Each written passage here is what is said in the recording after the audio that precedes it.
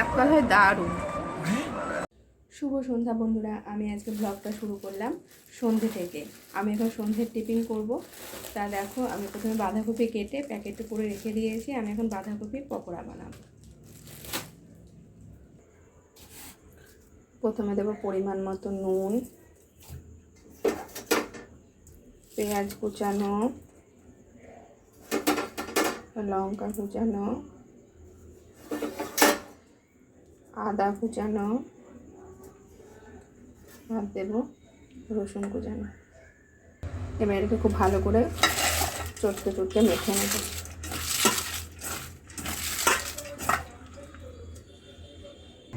এবার দেবো কালো জিরে আর দেবো খাবার সোডা।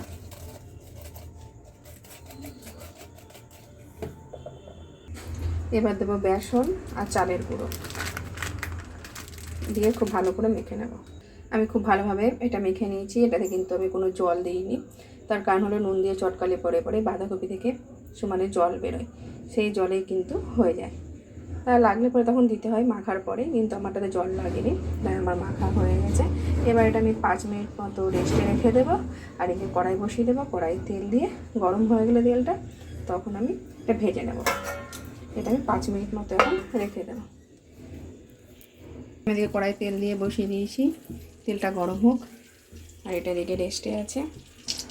তেলটা আমার গরম হয়ে গেছে। চলো আমি একটা তোমাদের সঙ্গে টিপস শেয়ার করি। যদি কড়াইয়ে জল থাকে তার মধ্যে যদি তেল দেওয়া হয়, তাহলে অনবরত পটপট করে ফুটে কিন্তু গায়ে ছিটতে থাকে। যেমন আমার এগুলোতে ছিটে তেলগুলো পড়ে গেছে, তখন সঙ্গে সঙ্গে কী করতে হয়, সামান্য পরিমাণে নুন নিয়ে তেলের মধ্যে দিয়ে দিলে পরে এটা ফোটা বন্ধ হয়ে যায়। যেমন আমি এটার মধ্যে একটু নুন দিয়ে দিয়েছি, এই যে নুনগুলো দেখলে বুঝতে পারবে। তো তখন কী হলো, তেলটা ফোটা বন্ধ হয়ে গেল। নাহলে পুরো তেল ফুটে ফুটে ছিটিয়ে ছিটিয়ে চতুর্দিকে পড়ে যেত, গায়ে হাত পায়ে পড়ে যেত। এই যে প্রথম অবস্থাতে এরকমভাবেই পড়েছিল। এবার তেলটা গরম হয়ে গেছে। এবার আমি একে একে ভেজে নেব, গোল গোল শেপ করে ভেজে নেব।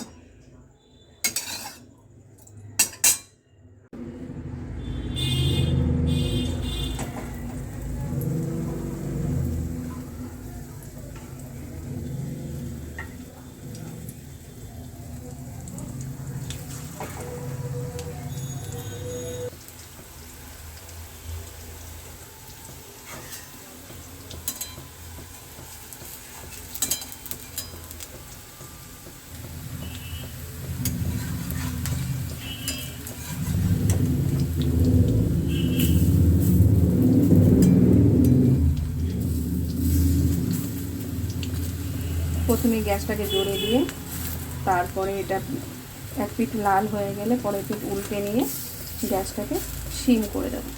তাহলে পরে কী হবে, এই বাঁধাকপিগুলো সেদ্ধ হয়ে যাবে আর পুড়েও যাবে না। এটা ভাজতে হবে খুব ধীরে ধীরে, খুব যত্ন সহকারে, না হলে ভেঙে যাবে।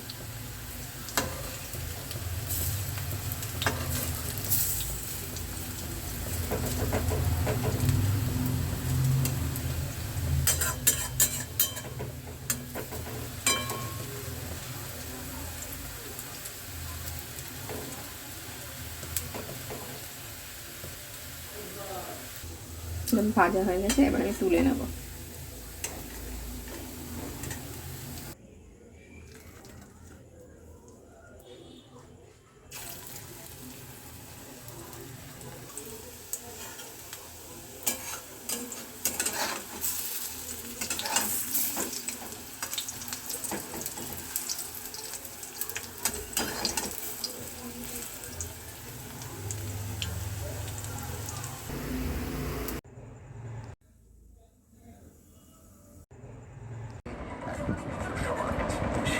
এক কথায় দারুণ।